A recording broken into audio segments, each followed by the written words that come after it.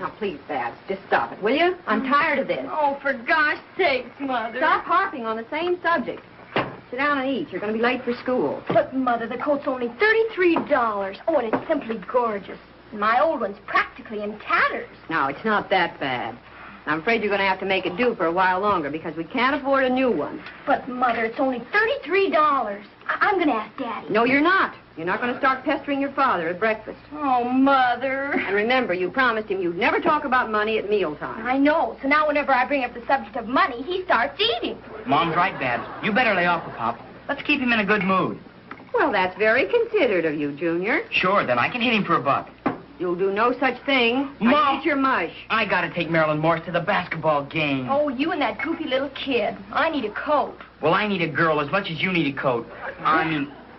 Really, we all need things, but you children don't seem to realize that on your father's wages, we can't get them all at once. Mom, I'm warning you. If Marilyn has to keep paying for me on dates, your son is going to get the reputation as a gigolo. That'll be enough out of you. Gosh, what a life. You know yourself, Mother, a girl has to make a nice appearance. You always do, dear.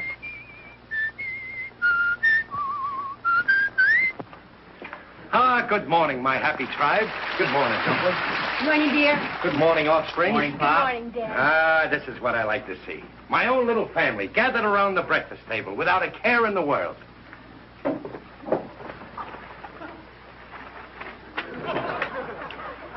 Daddy, dear. No. Pop? No? Well, gosh, you don't even know what I was going to ask you. I know. With you kids, I'm psychopathic. You want money, right? Yeah, but only $1. Junior? You must think I'm made of money. Didn't I give you $1 yesterday? Yeah, but you made me give you 4 quarters for it. Okay, we know you're smart in arithmetic. Don't show off. Stop annoying your father, Junior. Yes, leave him alone. Poor Daddy hasn't even had his orange juice. Here, Daddy, drink mine. Gee, Babs, you're getting to be a real thoughtful little girl. Daddy, dear, I need a new coat awfully bad. Here's your orange juice back. Oh, Daddy. Here you are, dear. I mean, listen, kids. I used to be a kid myself, and things were tough with us. So I know how it is. I know you need things. I know your mother needs things. I don't need a thing I can't do without. Yes, you do, Peg. You need a new hat. Gee, children, you should see your mother's old hat. The roses on it are wilted. Well, I'm not going to get a new one, see? Of course not, but we can fertilize the old one. Riley, you. I mean, we just got to make our old things do. Until we can save some dough. Things are tough. But, Daddy, you're still working, and Mr. Stevenson still pays you every week. Sure, but a Riveter's pay envelope ain't worth what it used to be. It's that inflation. Pop, what is inflation anyway? Well, it's... Junior, do you mean to sit there and tell me that you don't know what inflation is? I bet your sister knows. Go ahead, Babs. Tell Junior what inflation is. Well, I'm not too clear on it.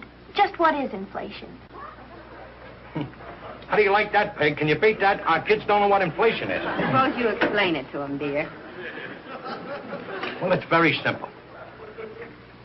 Take the price of steak. Steak.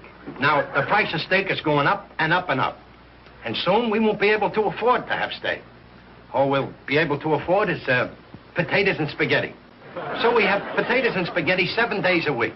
Until one morning I get up and try to put on my pants and I can't button them. Now, that's inflation. It's no joking matter. Now, let me finish my breakfast in peace. Riley, get up, will you? What's the matter now, Peg? Gee, those overalls all full of grease again. See what you did? You're always getting that awful grease all over the house. Peg, I'll thank you to remember that this grease feeds our family. Oh, I know, dear, but it's almost impossible to get your clothes clean. Gee, I wish you had a job where you didn't have to wear those clothes. Oh, I see. You're ashamed of my job. Now, I didn't say that. Don't apologize, Peg. You're perfectly right. I don't blame you for being unsatisfied. I'm not dissatisfied. Ah, yes, you are, Peg. And it's all my fault.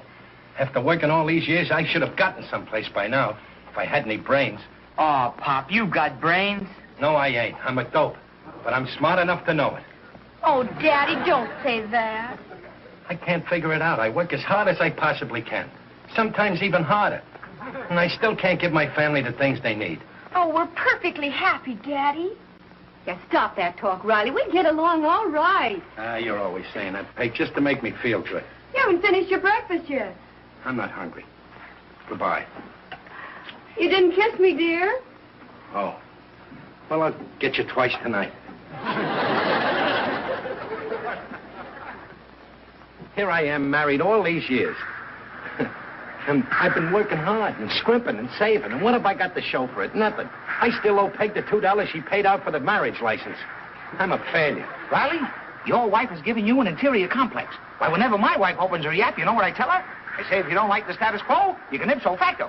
You've got a responsibility to your wife. After all, you asked her to marry you. Who asked her? It happened at a picnic.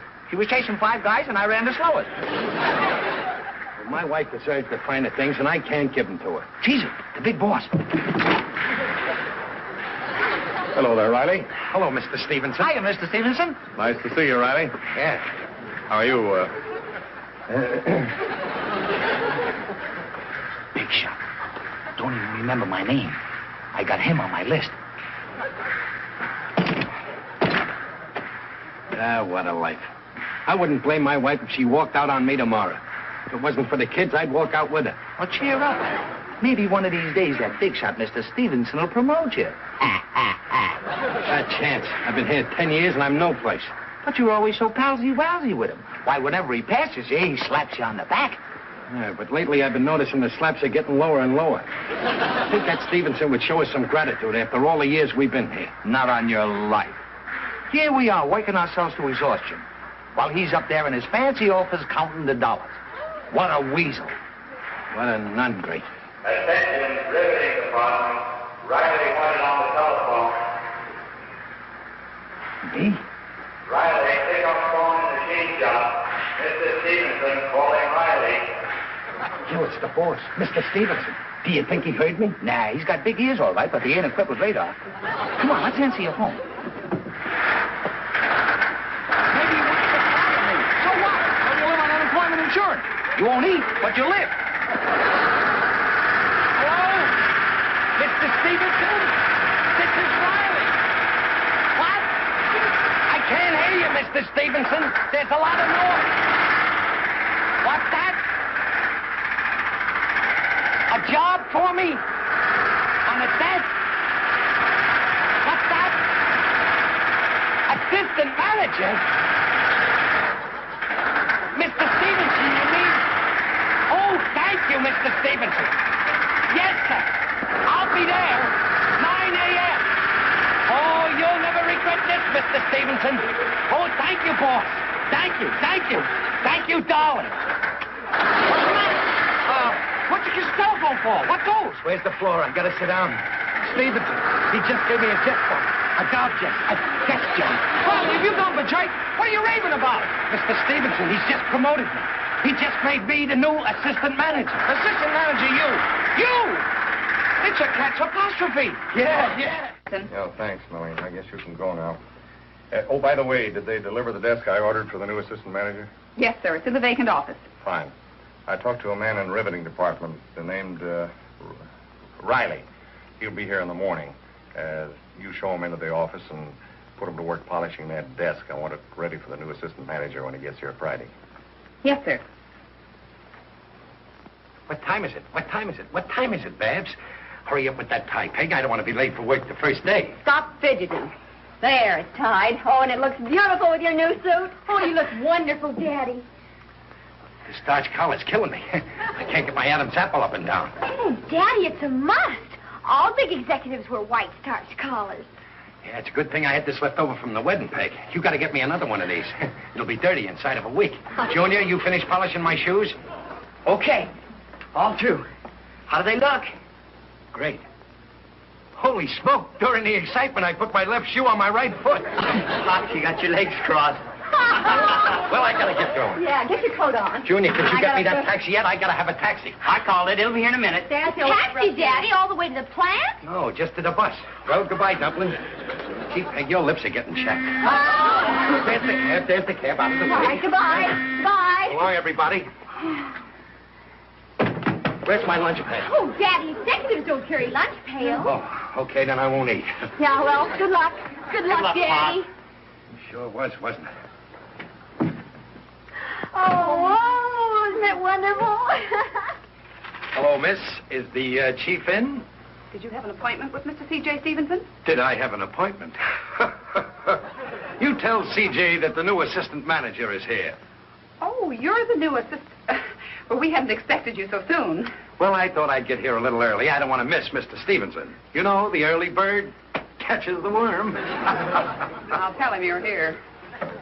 Well, this plant's really going to get rolling now.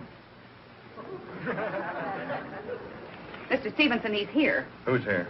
The new assistant manager. What? Why, Mr. Roy isn't due here until tomorrow. Oh, and that desk is a mess. Where is that deadhead Riley? Riley? The riveter. Well, I don't know. Shall I call Riveting? It's almost 9 o'clock now.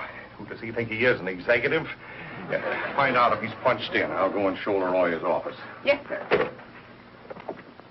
Well, good morning, Leroy. Oh, Riley, it's you. Yep, it's me. That secretary of mine thought you were... Is she dumb?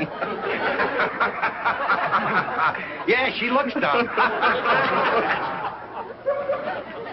Well, let's go, Riley. I'll show you the office. After you, Chief. Well, here it is. There's the desk. Now you better get to work. Gosh, what a beautiful office. Gee, Mr. Stevenson. Carl, I want to thank you for this opportunity. Don't thank me. I couldn't have found a better man for the job. You won't regret it, Carl.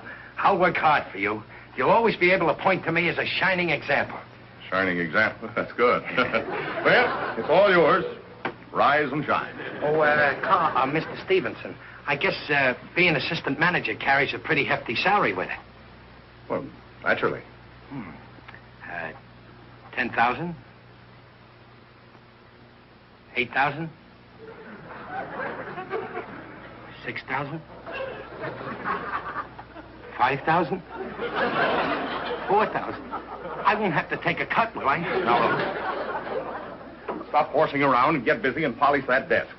Gee, Mr. Stevenson, you can't expect an assistant manager to polish a desk. No, I expect you to do it. And I want it finished before Leroy, my new assistant manager, gets here tomorrow.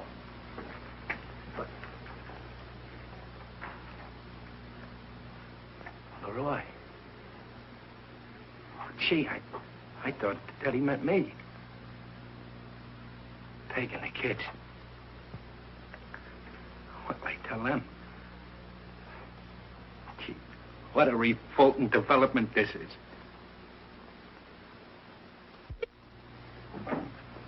Yeah, it's me. Oh, Daddy, dear.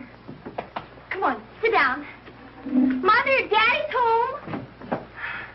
Hiya, Big Shot. How'd it go? How's the new assistant manager? I don't know. I haven't seen him yet.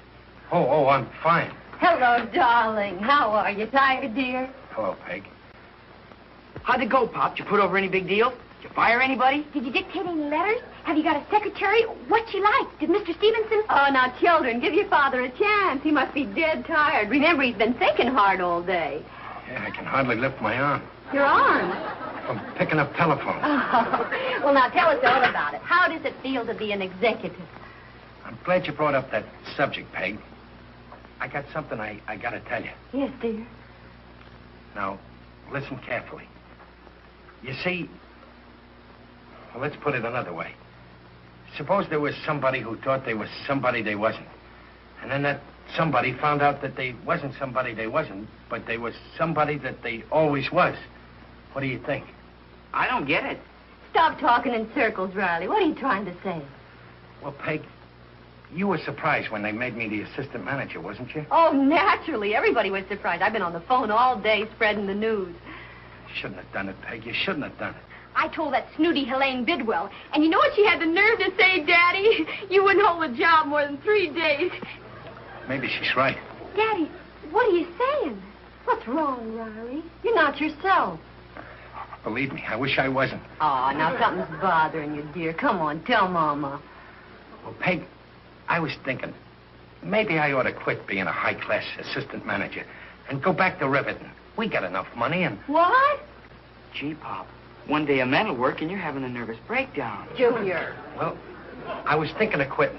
Huh? Just for your sake. For our sakes, what do you mean? Well, Peg, you know what happens when a guy gets into the big dough. He becomes a big shot, and he gets to be a snob, and then he gets to be repulsive. And I don't want to be any more repulsive than I am right now. Oh, Riley, you stop all this silly talk. But, Peg, I'm only thinking of you and the kids. Of course you're only thinking of us, you darling. You just about made us the happiest family in the whole world. Now, come on, let's have supper, huh? I'm not ready for dinner yet, Peg. I'm going out and take a walk. I want to blow out my brains with some fresh air.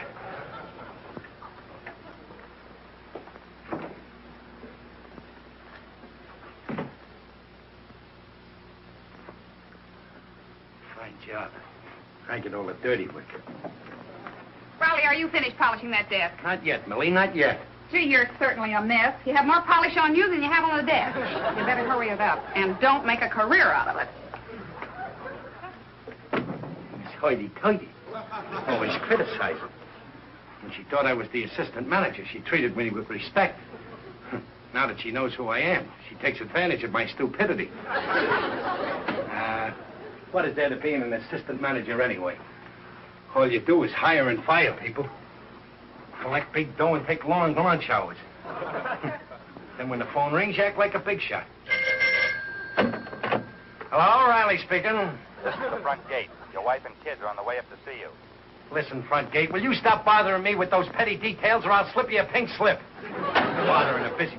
Dough! My wife, my family, Big Bad Junior. Riley, Mr. Stevenson wants to know if you're finished. Millie, my family's on the way up. You gotta help me, please. Well, what do you want me to do? Help me take off my pants. What? I mean my overalls. You see, Millie, I didn't tell my family. That is, I did tell my family that I was the assistant manager. Well, but I take it haven't easy. told them yet that I'm not. Please don't give me I away. won't Give me a tell them. break, Millie. Hold on, wait back there. Here, hurry up, put your coat on. Give me away, Millie, No, please. I won't tell them. Here he is, Mom. Hiya, Pop. Hello, Dad. Hello, dear. We thought we'd pay you a little surprise visit. Fine. What a pleasant surprise. I was just finishing up some work with my secretary, How Miss you Millie. doing? Well, I guess that will be all, Miss Millie, except I want to send out those circular letters, so send me in some round paper. Gee, Daddy, you have a beautiful office. Oh, it's beautiful, darling. You're beautiful, too. Hey, Pop, how come your name isn't on the door yet? Oh, they ran out of paint. Oh. Dear, we brought you a few little gifts. Yeah, look. Business cards printed with your name. Chester A. Riley, Sr., assistant manager. Thanks, Junior. And this is a pen and pencil desk set with your initials. Good luck, Daddy. Thanks, Pam. And here's a picture of me and the children to keep on your desk. Gee, Peg, you shouldn't have done it. Believe me, you shouldn't have done it. Oh, wait till I unwrap it here. Here, Junior. Put this paper in the wastebasket. There, look. Pretty? Hey, look. These overalls, Pop, I found them in your wastebasket. Oh, Riley, those look like... They're not mine. They're Millie's. They belong... they're Gillis's, yeah. Fine thing. I let Gillis come in, and as a favor, I let him polish my desk, and he leaves his dirty overalls around. I'm gonna ram these down his throat. Gosh, Pop's acting awful funny. He certainly is. And you know, it's funny about those overalls. I could have sworn... Hey, Riley, the foreman... Oh, Mr. Gillis. Mrs. Riley, and the kids. What are you doing here? Oh, we're just visiting Riley. Hey, Mr. Gillis, Pop's looking for you. And I'm looking for him. The foreman wants to know when he'll be through polishing his desk. He wants him back in the riveting department. Polishing the desk? Yeah, Fully Roy, the new assistant manager. Gee, some guys get all the breaks. I got him on my list, too. Well, tell him to speed it up. So long, folks. Mom, I don't get it. If Pop's the assistant manager... Oh, don't be such a dope, Junior. Daddy isn't the assistant manager. He isn't. No, I'm afraid he isn't, children. Well, why did he say... How come he told us that... Something must have gone wrong. No wonder he's been acting so strange lately. Poor thing's been eating his heart out. Now, don't you say a word to him. Not a word. All right, Mother. Shh. Well, I guess I told that Gillis off. You did? Yes, sir. I bet his ears are burning. You know, Peg, after all, friendship is friendship, but he's got to realize that I'm the assistant manager. That's right, You dear. sure are, Pop. Yeah, well, now I guess you all better go because I have a lot of work to do. You have? Yeah, I got a big meeting with Mr. Stevenson. It's a big stock deal. You see, I have to figure out the fiscal fiduciary here. And I made a startling discovery. I found out that the common stock was too common and that the preferred stock nobody preferred. So I'm going to have Riley, why don't you quit this job? What? Now that's gratitude after me slaving all these years trying to get to the top. Did you say quit? Yes, dear. Now, don't be angry with me. I know how much this job means to you and all, only... Well, I don't know, Peg. This is a pretty important job. I know, dear, but you'll be happier in your old job. You're asking me a lot, Peg. I know, dear, but I don't really want to be rich. You know what happens to people when they get money. They will become snobs. Yeah, but we'd be democratic snobs. Do it for my sake. For your sake, Peg? And for the sake of the children. Come on, Pop, quit. Please? Yes, Daddy. Give it up. You're asking me? Oh, we're asking you. You're begging me? Yes, we're begging you. You're pleading with me. Oh, we're pleading. We're pleading Yes, with you. Daddy. Okay. I quit.